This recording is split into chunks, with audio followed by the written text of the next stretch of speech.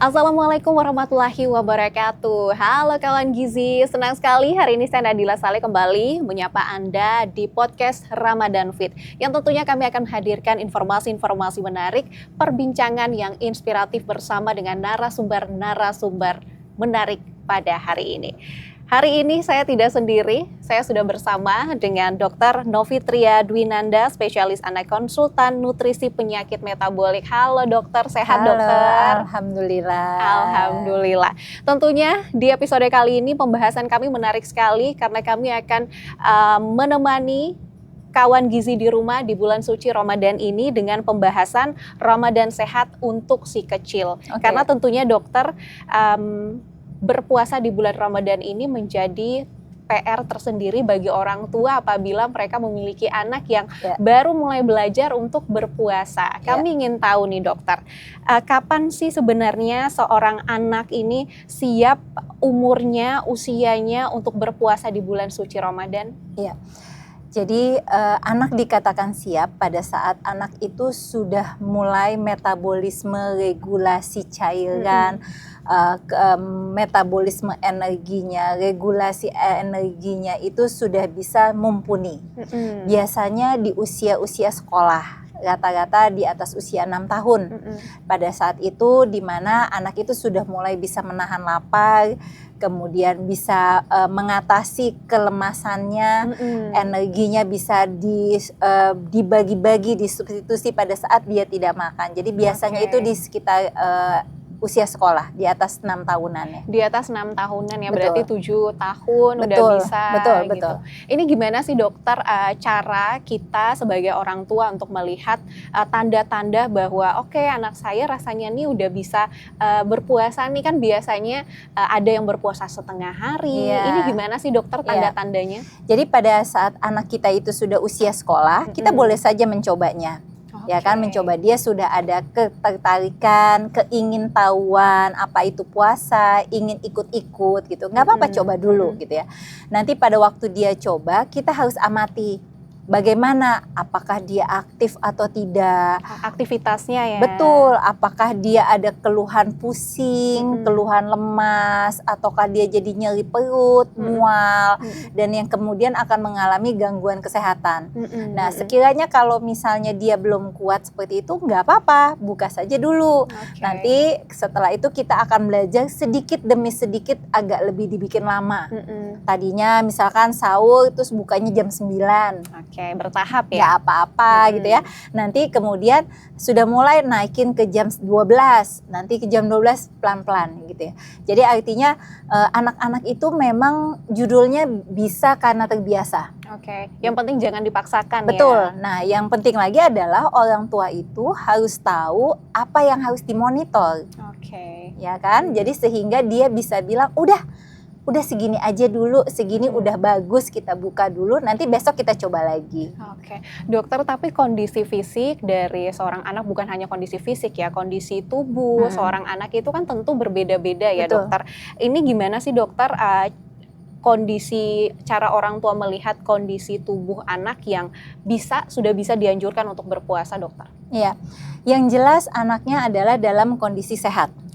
Ya, lalu status gizi tentu dalam kondisi gizi baik. Artinya berat badannya normal, tinggi badannya normal, tidak dalam kondisi stunting, status gizinya adalah gizi baik. Kemudian dia tidak memiliki penyakit-penyakit tertentu yang memang harus dia mengkonsumsi obat-obat tertentu. Seperti misalkan pasien dengan penyakit kronis, pasien dengan diabetes yang memang harus ada minum obat rutin, atau penyakit-penyakit anak dengan kelainan ginjal yang dia harus minum obat sehari 3 kali gitu ya. Jadi artinya selain dari kemampuan anaknya, selain dari dilatih untuk menjadi terbiasa, yang ketiga adalah kita juga harus lihat bagaimana kondisi kesehatan si anaknya dan kondisi status nutrisinya. Artinya pengawasan dari orang tua ini juga sangat berperan ya dokter dalam hal ini. Kita juga ingin tahu dokter, dalam berpuasa ini kan ada sahur, ada berbuka, menu-menu makanan apa saja sih yang dianjurkan untuk diberikan kepada anak-anak ketika mereka baru awal belajar berpuasa? Sebenarnya prinsipnya itu sama seperti menu pada anak-anak kebanyakan, anak-anak umumnya. Tentunya satu, kebutuhan cairan itu harus terpenuhi selama 24 jam. Yang kedua, secara makronutrien terpenuhi. Makronutrien itu seperti karbohidrat, protein, lemaknya. Lalu mikronutrien terpenuhi seperti vitamin, mineral dari sayur ataupun buah terpenuhi. Nah, sekarang seperti umumnya, cuman masalahnya pembagian makannya menjadi berbeda. Tadinya kita bisa makan 3 kali makan, 2 kali snack misalkan. Untuk polanya ya. Pola makannya. Kemudian sekarang timing waktunya kita ubah menjadi 2 kali makan besar, kemudian misalkan 2 kali snack tapi mendekati sahur atau mendekati pas buka puasa. Ketika berbuka puasa. Betul, tapi secara komposisi jumlah itu sama saja. Nah, yang perlu diketahui lagi adalah pada waktu dia pagi-pagi, dia itu kan pada waktu sahur dia harus menahan nih, menahan lapar, menahan haus untuk sampai dengan sore. Sehingga pemilihan makanan yang tadi zat nutrisinya kan sudah tahu tadi zat nutrisinya. Nah, sekarang jenis makanan bagaimana? Tentunya yang tidak bikin aus. Contohnya kayak tinggi garam itu tentunya mudah haus. Jadi goreng-gorengan yang terlalu banyak asin ya kan, menggunakan lemak jenuh. Atau kemudian komposisi air yang kurang gitu ya. Makan sahur misalnya anaknya dikasih teh, itu kan justru akan membuat haus gitu ya. Jadi artinya makanan-makanan yang demikian yang baiknya kita hindari. Asupan makanan ini tentu juga sangat penting ya.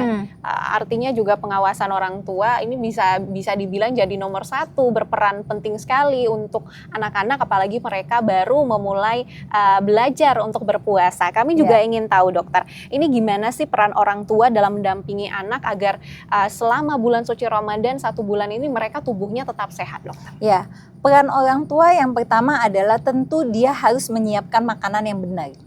Makanan yang tepat, makanan yang ideal sehingga anaknya dalam proses pembelajaran ini berhasil melewati itu. Ya, komposisinya seperti tadi, makronutriennya terpenuhi, mikronutriennya terpenuhi, cairannya pun terpenuhi. Yang kedua, orang tua berfungsi sebagai monitor dan evaluasi. Kan anaknya masih dalam waktu belajar, jadi betul. Dia harus menilai apakah anak saya mampu atau tidak. Dia harus melihat apakah anak ini masih kuat nggak ya, aktif tidak ya, atau cenderung kok jadi lemas, kurang beraktivitas. Betul, kemudian belajar kok jadi susah, kemudian ada muntah-muntah. Jadi monitor evaluasi itu dipegang oleh orang tua. Biasanya kan apalagi kondisi saat ini ketika kita berpuasa, kita juga anak-anak juga bersekolah. Salah satu hal yang mungkin mereka alami adalah dehidrasi, dokter. Ini gimana cara mereka mengantisipasi hal itu?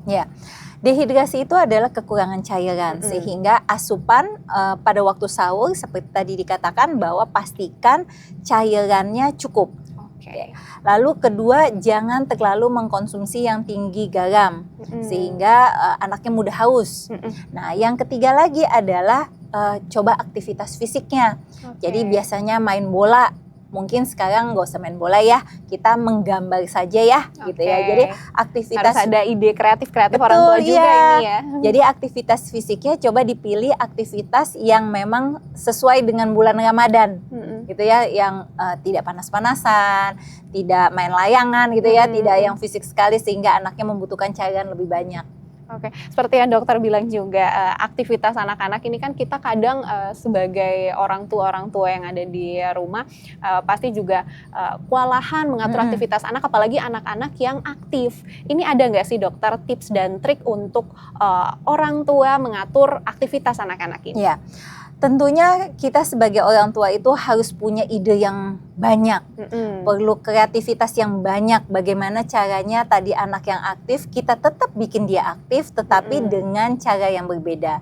Jadi kita harus berpikir apa kita bikin menggambar, mewarnai, gitu ya. Kemudian membuat masak bersama untuk buka puasa. Oke, aktivitas menarik ya. Biasanya kan kalau lagi bulan puasa Iya. selalu melakukan itu Iya, ya. membuat kue gitu ya. Jadi itu hal-hal yang sangat menarik, bisa dilakukan satu keluarga, tetapi juga menjaga aktivitas fisiknya supaya tidak terlalu lelah karena takut dehidrasi seperti itu. Iya, ini dokter, kapan sih orang tua bisa menilai kondisi anakku ini kayaknya udah nggak kuat deh, tapi anaknya kadang kan suka memaksa kayak Iya, udah betul. punya ego sendiri. Aku mau seperti teman-temanku yang lain. Kayak ini gimana sih cara orang tua untuk menilai kondisi anak yang memang sudah tidak mampu untuk berpuasa? Iya, ditandai pastinya diawali dengan anaknya jauh lebih lemas, tidak aktif.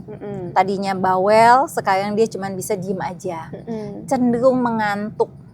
Gitu ya. Kemudian itu juga bisa ya. Betul. Kemudian ada keluhan kencing mungkin berkurang, berkemihnya menjadi berkurang. Kemudian ada sakit perut, sakit kepala, mual, muntah. Nah itu adalah salah satu tanda-tanda bahwa ya kita cukup sampai jam segini, besok kita coba lagi. Oke, jadi itu ada beberapa kondisi-kondisi yang sebenarnya sebagai orang tua kita bisa melihat itu ya untuk jadi pengingat juga buat anak-anak kita, karena kadang emang anak-anak apalagi zaman sekarang ini walaupun udah masih berumur 6 tahun, mereka karena melihat teman-teman yang lain bisa, mereka tetap memaksa gitu. Tapi ada juga kondisi di mana oke, aku mau berpuasa dan aku mau tidur seharian biar bisa bangunnya tuh udah bisa berbuka. Ini gimana nih dokter pandangannya? Iya, beberapa anak suka punya ide yang seperti itu ya. Iya betul, kan kayaknya kita juga dulu waktu kecil kayak gitu juga dokter. Iya, supaya nggak terlalu lemes gitu ya. Betul. Ya, untuk tahap-tahap awal sebenarnya ya tidak apa-apa juga. Cuman artinya sayang waktunya kalau tidak diisi dengan sesuatu hal yang bermanfaat gitu ya. Karena bulan Ramadan ini kan setahun sekali ya, artinya di bulan Ramadan ini kita bisa bersama-sama dengan satu keluarga untuk membuat aktivitas menguatkan komunikasi, aktivitas di dalam keluarga. Tadi seperti tadi membuat kue, membuat masakan gitu ya. Meskipun nggak terlalu melelahkan, tetapi ada aktivitasnya selain tidur sih. Oke, ini artinya kehadiran dari orang tua penting sekali dalam memotivasi anak-anak, apalagi mereka baru pertama kali belajar untuk berpuasa. Begitu ya dokter ya? Iya, betul. Dokter, barangkali penonton dari Kawan Gizi ini juga ada yang anak-anak yang mungkin lagi nyari tips and trick, tiba-tiba ketemu video yang sedang kita lakukan ini dokter. Apa sih yang ingin dokter sampaikan kepada anak-anak untuk barangkali menambah motivasi mereka agar bisa komitmen nih berpuasa dalam 1 bulan? Iya, jadi berpuasa itu adalah sesuatu anugerah sebenarnya. Jadi kalau seperti anugerah itu kan seperti hadiah, ya artinya coba dulu, pasti bisa kok.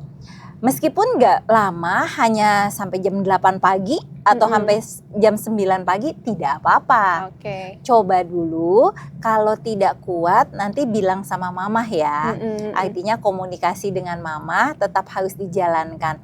Kalau nanti harus berbuka jangan sedih, itu sudah sesuatu hal yang luar biasa, besok kita coba lagi. Oke, kalau memang targetnya hari ini ngobrol sama teman-teman, aku mau puasa full, teman-teman ada yang full, dia nggak bisa, cuma bisa sampai jam 12, jam 3 berarti nggak apa-apa ya dokter ya? Oke, dokter kami juga ingin minta rekomendasi nih dari dokter, kalau di bulan suci Ramadan kayak gini, anak-anak itu biasanya baiknya itu dikasih makanan apa sih dok? Barangkali dokter punya rekomendasi untuk berbuka ataupun sahur gitu. Ya, jadi kalau pada waktu sahur adalah satu, pastikan air putih itu tercukupi. Jadi lebih baik minumnya adalah air putih atau susu misalkan. Jadi hindari minuman-minuman yang terlalu manis. Lalu kemudian pilihlah makan makanan yang lebih berkuah. Tadi ya, menjaga supaya tidak dehidrasi badannya. Kemudian pilihlah makan makanan yang kaya serat supaya bisa tahan lapar. Jangan terlalu banyak makan makanan yang tinggi garam, terlalu digoreng dengan lemak jenuh karena akan membuat kita akan cepat haus. Hindari makan makanan yang pengosongannya cepat seperti mie, pengosongan lambungnya cepat, jadi nanti gampang lapar. gitu ya. Jadi makanan-makanan tersebut yang komposisinya jangan lupa harus terpenuhi makronutrien, karbohidrat, protein dan lemak, dan mikronutriennya mineral dan vitamin. Begitu juga dengan buka. Begitu juga dengan buka puasa, kita bisa buka puasa pastikan dulu dengan air putih dulu. Jangan langsung terlalu dengan minuman manis karena akan membuat glukosa di dalam badan kita menjadi spike, ya, terlalu tinggi secara mendadak. Lalu pilihlah makan makanan yang banyak airnya juga seperti itu.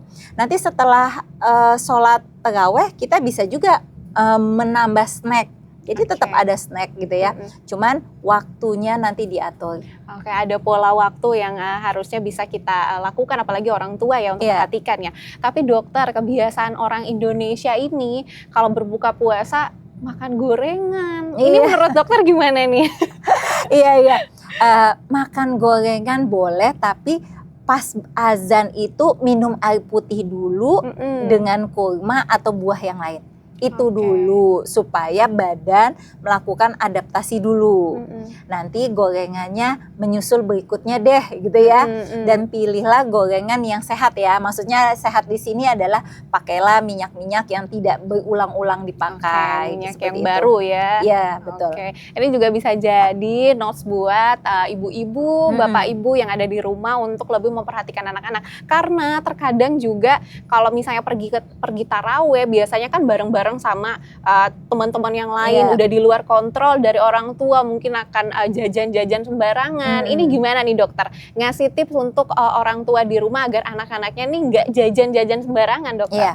Jadi artinya edukasi ke anak itu jelas, ya kan? Edukasi, kasih tahu jajanan yang baik adalah seperti apa.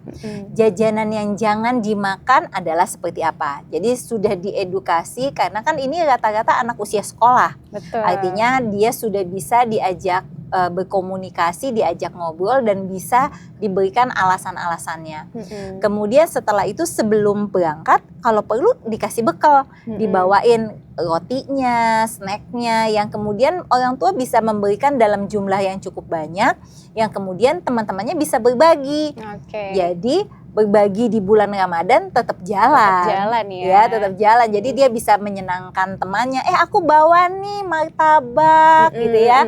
Buatan mamahku gitu. Jadi artinya dia juga bisa berbagi dengan teman-temannya, tapi udah jelas itu adalah makanan yang sehat yang ibunya sudah persiapkan. Iya betul. Dan biasanya kan dalam kelompok-kelompok kecil anak-anak itu kalau ada yang berbagi itu punya ada rasa kesenangan sendiri untuk anak itu sendiri gitu ya. Iya betul. Oke dokter, terima kasih banyak dokter untuk tips dan triknya. Semoga informasi dan perbincangan kita hari ini bisa ditonton oleh Bapak Ibu di rumah, oleh kawan gizi di rumah, dan bisa menambah wawasan tersendiri di bulan suci Ramadan ini. Sehingga nantinya walaupun di bulan suci Ramadan ini sudah selesai, kita tetap menjadi individu yang sehat dan kuat untuk beraktivitas lagi. Terima kasih sudah menyaksikan Ramadan Fit hari ini bersama saya dan juga Dr. Novitria Dwinanda, spesialis ke anak, konsultan nutrisi penyakit metabolik. Saya Nadila Saleh, mewakili segenap kru yang bertugas, pamit undur diri. Terima kasih, sampai jumpa. Wassalamualaikum warahmatullahi wabarakatuh.